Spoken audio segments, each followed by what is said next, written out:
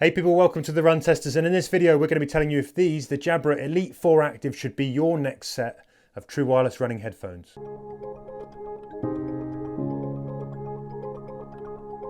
So let's rattle through some quick top line specs then. Well, the Jabra Elite 4 Active is going to cost you £119.99 in the UK, and the same in dollars, £119.99 in the US too. On battery life, you're getting 7 hours on the buds, 21 hours in the case with active noise cancellation on. They charge to full in 3 hours. A rapid charge of 10 minutes will earn you an hour's run time. In terms of sound, they pack 6mm drivers, you get active noise cancellation, custom EQ, and customizable hear-through awareness mode that you can tweak in the Jabra Sound app. And there are 4 mics for calls. These in-ear style buds come with 3 sets of silicone ear gels, but they don't carry wingtips. And you also don't get the shake grip coating that you'll find on the Jabra Elite 7 Active. You do get similar physical button controls on the buds. Those buds weigh 5 grams and the case comes in at 37.5 grams. The buds are IP57 rated, so that's water, dust and sweat proof. The case, however, isn't rated. In terms of connectivity, they carry Bluetooth 5.2 with up to 6 simultaneous pairings, and you can use the buds independently. Android users can also enjoy one-touch Spotify launching too.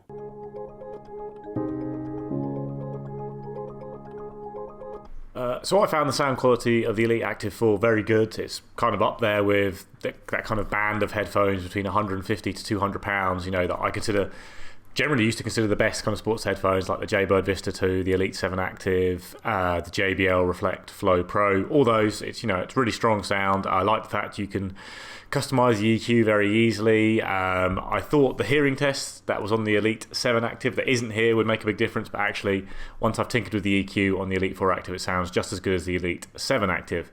So yeah, all round really enjoyed the sound on them.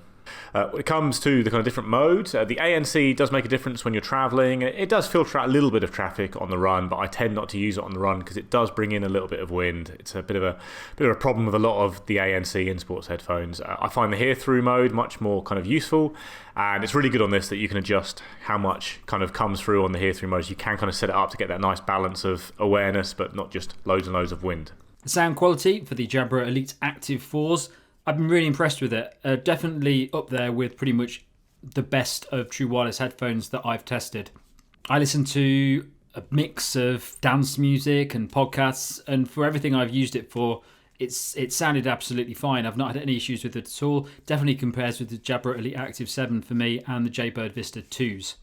ANC for me was very good when I'm in busy areas, walking around town. I can very clearly hear the podcast that I'm listening to, so very impressed with that.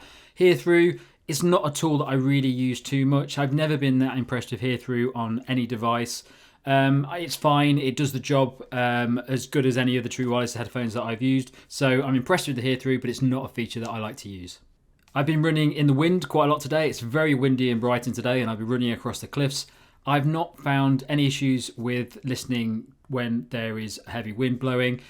So a thumbs up from me when it comes to tackling the wind. Call quality seems completely fine to me. I definitely didn't have any issues at all hearing the other people when I'm phoning them. And when I was on a conference call the other day, everyone could hear me. So that seems to work fine for me and no issues. Now, one of the things that I really wondered was whether the sound performance was going to be worse than the Elite 7 Active. Obviously, you're paying a little bit less. But for me, the sound performance here was really solid. It's kind of rich, full-bodied. I found it performed much better after I'd had a little play with the custom EQ and tweaked some of the settings, got some sort of personalised sort of sound settings in there. But beyond that, it had a nice top volume. It's sort of plenty kind of loud enough to sort of give you that kick in the pants that you sometimes need when you're running, and also to drown out things like I used them in the gym on treadmills to drown out other people's sort of loud music. And yeah, so sound performance I think for me was fine. And again, I don't think there's too much to choose there between the Elite 7 Active and these Elite 4 Actives. I think these are sort of a bargain for the price. One thing you obviously don't get is the kind of fit test and the personalised sound test, but that you do find on the 7s. But again, I don't think that was a massive kind of deal breaker.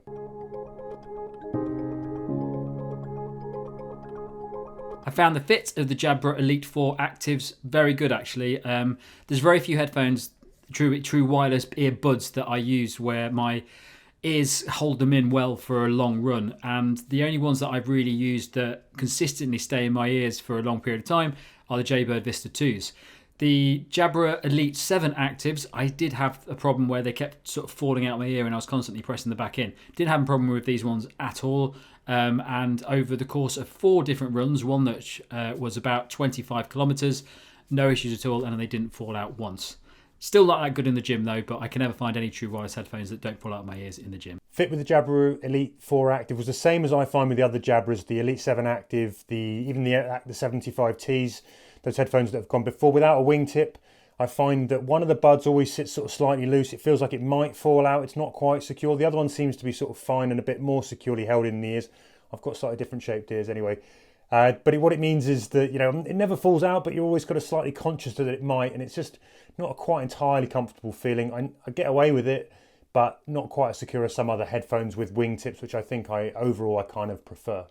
I also personally find that the shake grip coating that you get on the 7, it's not here on the 4, but I didn't find that particularly makes a difference to the overall kind of fit and feel of these. In terms of the fit, I don't tend to get on with in-ear buds when I'm running. They often come out for me unless they have quite a secure wingtip, but Jabra has kind of always been the exception. Their buds always stay in place, and that's the case with the Elite 4 Active as well. And that is a big advantage, because if you don't have to use a wing or an ear hook, the headphones are obviously smaller, they're more comfortable. Wingtips generally start to irritate my ears after a long period. So yeah, I really like the fit of Jabra's headphones, and the Elite 4 Active are great. I think the shake grip on the Elite 7 Active does make a small difference for me in terms of security, but yeah, not really.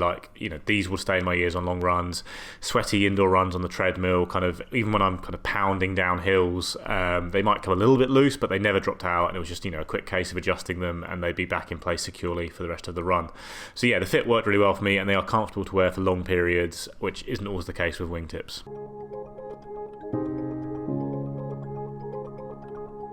Durability for me has been very good. They feel like a very sturdy and long-lasting pair of headphones. I really like the case. I think it works really well for sticking in your running belt without being too big. I would say that the Jabra Elite 7 Active has a nicer case. It's a bit smaller. This clearly uses the case from some of the previous devices, which isn't a problem. I think it's one of the best cases still out there. I actually like the fact that it has flat edges, because it's easier to slip into a pocket without falling out. I do have a problem with some true wireless earbud cases that are very smooth, because they can slip out the pocket very easily. This just seems a little bit better for me, and I've had no problems with losing it so far. Overall durability on the buds, I've run in them sort of quite a big heavy sweater. I've run through a little bit of rain, had no problems when it came to the buds surviving those things. I have dropped them a few times by accident. No problems there again. So far through the test that we've used them in, we haven't obviously used them in sort of super cold temperatures, because we haven't really had those here in the UK to test them in. But so far, with the kind of environment we've got here, it's sort of fairly mild, a bit damp sometimes. They've been absolutely fine. The one thing that I will say, when it comes to durability, I really kind of rate the fact that other headphones like the Jaybird Vista have given their case some weatherproofing skills as well. I think that really helps with something that I do personally, which is kind of run long, and I'll have the case in my belt, and if I'm out for a day where you might encounter changeable weather, having a little bit of extra security that that you haven't had to move the case into a waterproof pouch or a pocket is just extra backup, which I really like, and it'd be nice to see it on a set of headphones at this price point.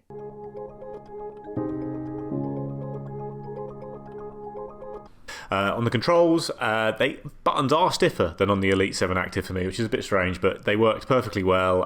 Jabra gives you a good range of controls. You can even turn the headphones off, which is massive. I like being able to turn my headphones off. So yeah, the controls are good. They're easy to use on the run, I find. And yeah, there's lots of different commands you can set up. So there's really nothing I'd want to do that you can't do with the controls on the headphones themselves. The controls are completely fine on them, very easy to use. I like the fact that it's a button and not a tap, just because I like to know that I've actually pressed it in. What I would say about the controls is that when you press it in, it's a little bit gentle, so sometimes I don't know if I actually pressed it. There's not really a click like you get with some earbuds, so it's completely fine, and I've had no issues at all using them, but you do have to make sure that you pressed it correctly. Controls wise, for me, I think the biggest concern here is that those button presses are a little bit you feel a little bit dodgy, like they might drop out, basically because the fit isn't quite so secure. So that's the only problem I had with those. I like the fact that you can customize them. I actually found them fairly easy to use when I'm kind of standing still, if I'm using them in an office environment. When you're on the run, I'm just a little bit wary of pressing too much, just in case they drop, and that kind of fit security comes into play for me when I'm moving more.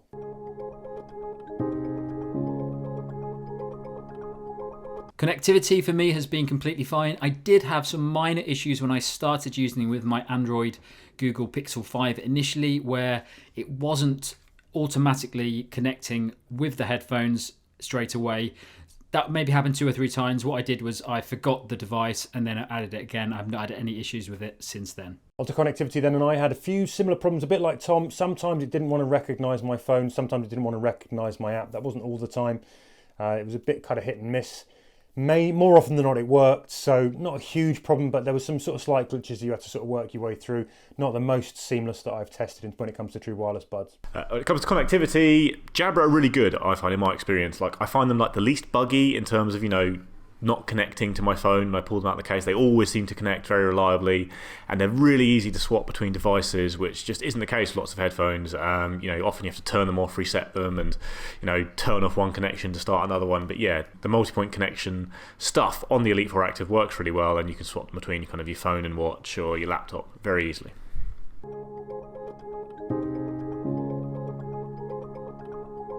So when it comes to the verdict, I say the Elite 4 Active are a really impressive set of sports headphones that undercut that kind of classic band of very good headphones. Like, before, I'd say the best kind of headphones were the Jaybird Vista 2 or the JBL Reflect Flow Pro or the Elite 7 Active from Jabra, but I think these offer a similar level of experience for a lot less money at £120.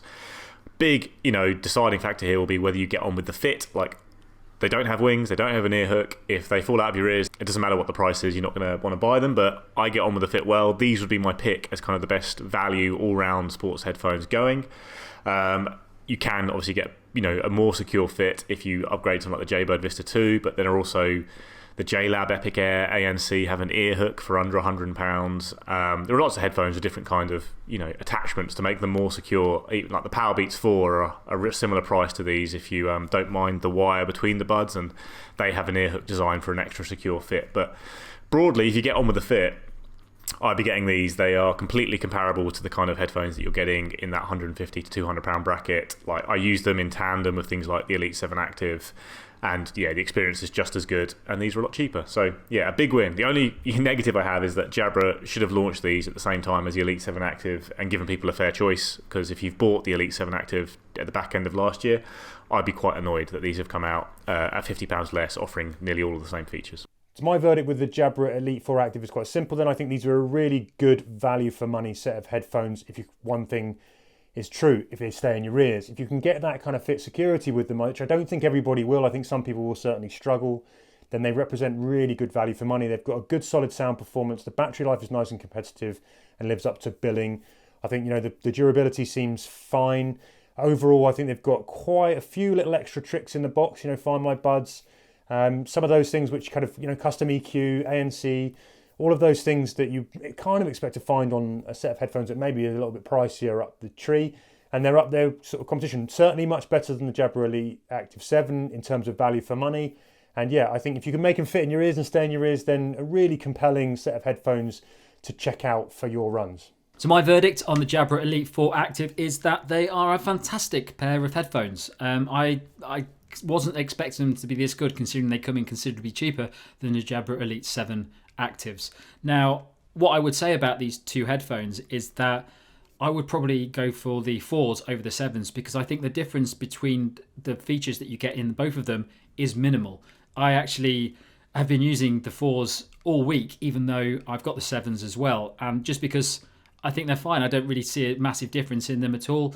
And I also find that these stay in my ears better than the 7s. So something as simple as that is made me go for the Jabra Elite 4 Actives over the 7s. I think they are a great value pair of headphones, especially when you're looking at some of the higher priced true wireless buds at the moment going up to £180.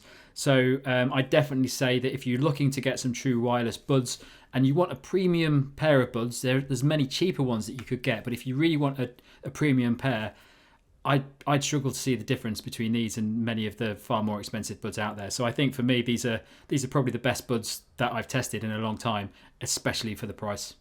The only thing that I like about the Jaybird Vista 2s above these is the wingtips, because they just help them stay in the ear a little bit longer. And I prefer the case on the Jaybird Vista 2.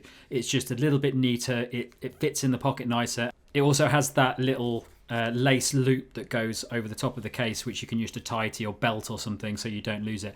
It's just a really nice feature that Jaybird have added to their true wireless buds, which may seem really simple, but it's really important, because it's really easy to lose these things. And I like a little bit of assurance that I'm not going to lose them.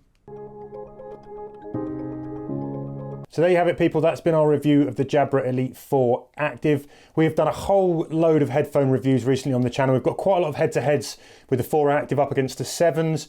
We've got the sort of Jaybird Vistas versus the Beats Fit Pro. We've got Beats Fit Pro review. We've got Jaybird Vista reviews. Pretty much most of the true wireless headphones you can test, and some of the open ear ones, Aftershocks, or now they're called Shocks. Check them all out on the channel. If you want to see more headphone reviews and stuff coming up, don't forget to hit like and subscribe. And of course, as ever, if you've got any questions or comments about what we found, if you've used them and found anything that you want to report back to the other people who follow this channel and be super helpful, that would be great. Everything is welcome. We look forward to reading them, and we hope to see you again soon on the Run Testers.